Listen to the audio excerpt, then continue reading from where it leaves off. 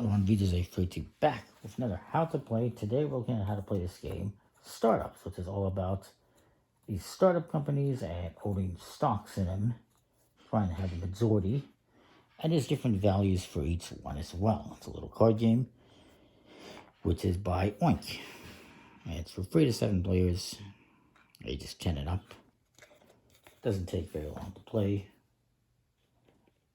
As with usual with Oink games, it's a small little box in game. I just want to get through the rules. It's small, it's tiny, it's hard to read, but what matters? Each player is going to get 10 of these chips to start off. They're all worth 1, but on the opposite side is a free for the end of the game. And there's even a dot on the bottom to help you denote the value, and 3 dots on this side, just in case you need that. You get these cards here that has a bunch of different companies on them. They all range from 5 through 10 in value. You got Flamingo Soft in pink, Software, Octo Coffee in brown, Hippo Power Tech in green, Bow Wow Games in purple, EMT Elephant Mars Travel in red. That's the best one, obviously. Well, the most valuable one. And that is that, I believe. Oh, Giraffe Beer, which is 5.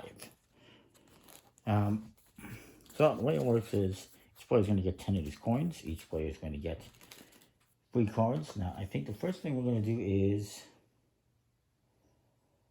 we're going to shuffle the cards, and we're going to take 5 and just take them out of the game completely.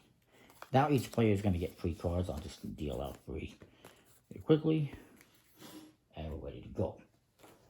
You also get these chips here. These are your, and they actually say on the back what they do. If you can read that. Do I have that the right side? I don't.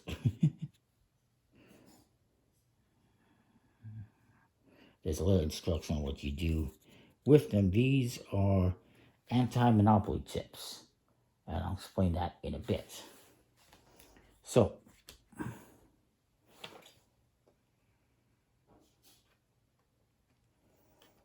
the area that's going to be around this deck is going to be called the market. Whoever is youngest gets to go first, or you choose whoever you want to go first.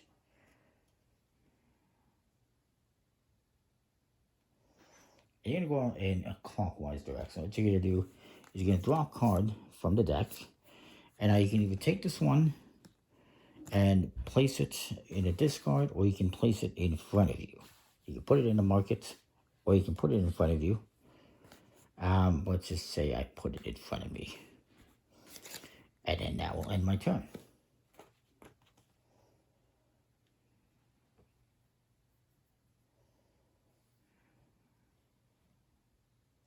I can say the next player, they're going to draw a card, and you know what, they're going to put it in front of them. And then it comes on to this player. It gets more exciting. Yeah, you know what, they're going to keep that one as well. Comes to me, I'll draw a card. I don't want that one, so I'm going to discard it. And now it becomes more interesting.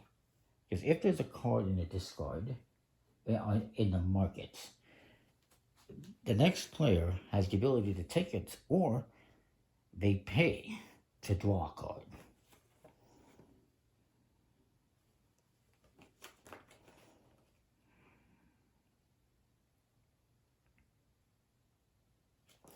So yes, this next guy, he can look at that and say, you know what, I want the Bow Wow Games to make sure my opponent doesn't get it. Or maybe he doesn't. Maybe he wants to draw a card. So if you don't want to take what's in the market, you put a buck on it and you draw another card. And now he can either keep this, or he can put that in the market as well. Now it comes to this guy. He wants the Bow Wow, so he's going to take this, and he gets the buck, and he doesn't have to pay anything. If I recall correctly, I have to verify that. I don't remember if he has to pay for any other one.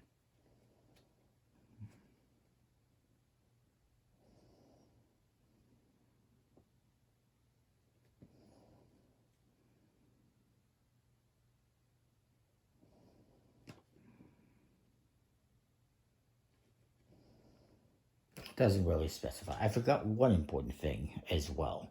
That is, once you get the monopoly in the stock, you're going to take this. Actually, that's going to affect this. I'll put this back. When you get the majority, the monopoly, the majority in that stock, you take the anti-monopoly chip. This prevents you from taking a card from the market so that you don't get too many. It's kind of an interesting little twist.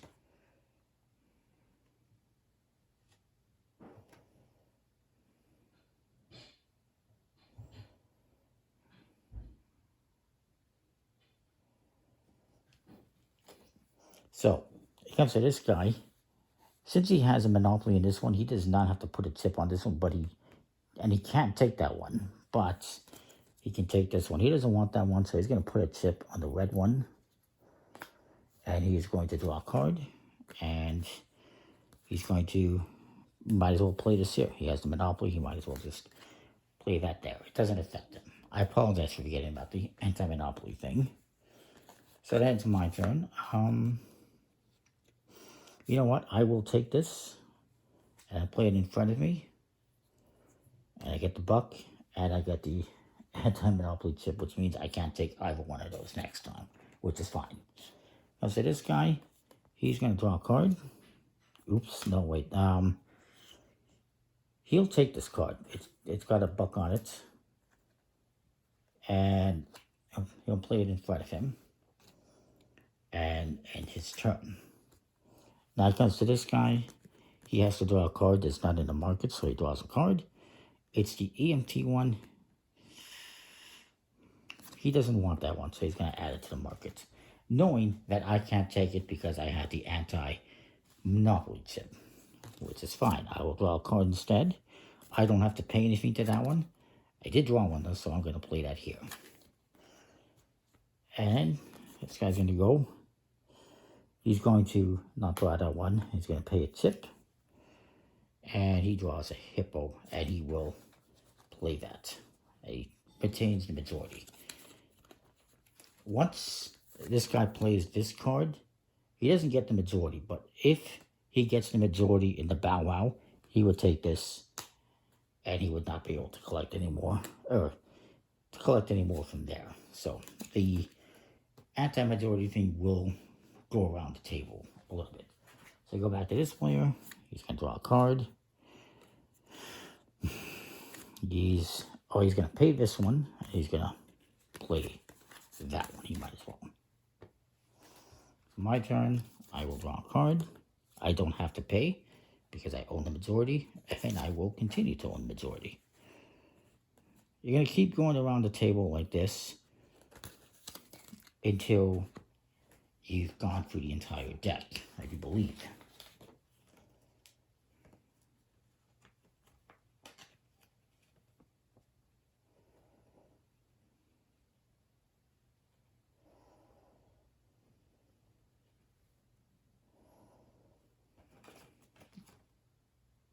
Hang on, it doesn't...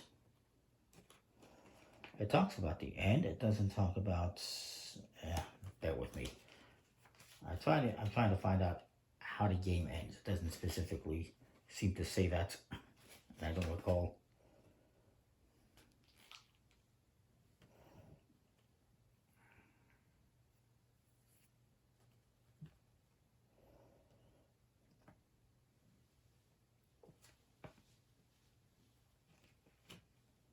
Okay, yes, it starts after one player draws the last card from the draw pile. So once the draw pile is done, we're going to move into the next phase, which is point evaluation.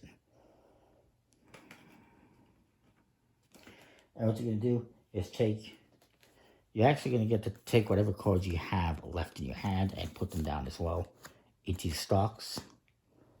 And everyone's going to do that. We'll just do that, and that. And we'll do that and that. So then we're going to go in order of value and determine, evaluate the points. So I have the only 5, the only giraffe, and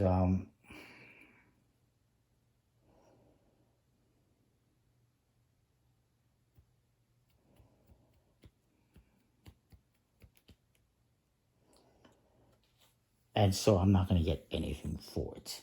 Moving on to the 6. I don't have any. Both of these players are tied. So they're not going to get anything. If I had one, I would have to pay them each one of these. The freeze. Then we go to the 7. I have the majority. Nobody else has any, so that's a loss. Nobody's going to benefit from that. We can get rid of those now. Next, we'll evaluate the 8s. We each have one, so that's... This player has one over here from their hand, so nobody gets anything from that. It's obviously more interesting when you have, obviously, more cards when you've played through the entire game. I'm just going through this quickly. EMT. I have the majority. This is actually not very good. Let me throw this one over here. Well, just so I can show you. We'll say I got these giraffes. And this one is over here. Let's say this will be more interesting like this. So, we're going to evaluate each number.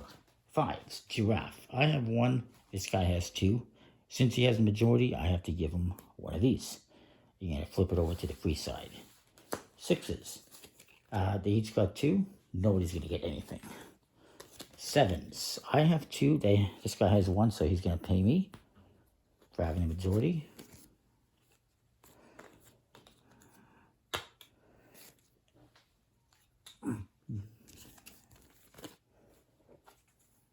The hippo, let's say we had something like that. Actually, we're on to the octo. I have 2. This guy has 1, so he's going to pay me 1. And the hippo. I have 1. These both have 3. So they're each going to get money from me. They're each going to get, I guess, 2 from me, which is unfortunate because of the difference. And then onto the EMT, I got 3. This guy has 1, so he's going to give me 2 right back. And whoever has the most at the end in money wins the game. It's somewhat straightforward. It's not that difficult to master. You're just collecting sets of cards. And you got this interesting whole majority thing here with the tokens where if you get the majority in red, you take this. And anti-monopoly thing. And you're not allowed to get any from market. You always draw one from the top of the deck. And if it happens to be, in this case, a red one, you get to keep it. You just can't take them from the market when it comes to the anti-majority. And you can always play more onto that pile. You just can't take them from the market. And you also don't have to pay any money if they're in the market, as you saw, hopefully. It's a pretty interesting little game. There's some extra tokens here. +1s, -1s, and +2s. These are used for a variant where you can play rounds, and whoever's in first place would get the +2, second would get the +1, third would get nothing, and last place would get -1. And then you would do multiple rounds like that. Hopefully that makes sense. That is Startups. It's a pretty cool little game. Nice quality cards. Full in Finis, that you like. And yeah, pretty cool. I liked it. Comment, like, subscribe, let me know what you think. We'll see you next time for more. Thanks for watching.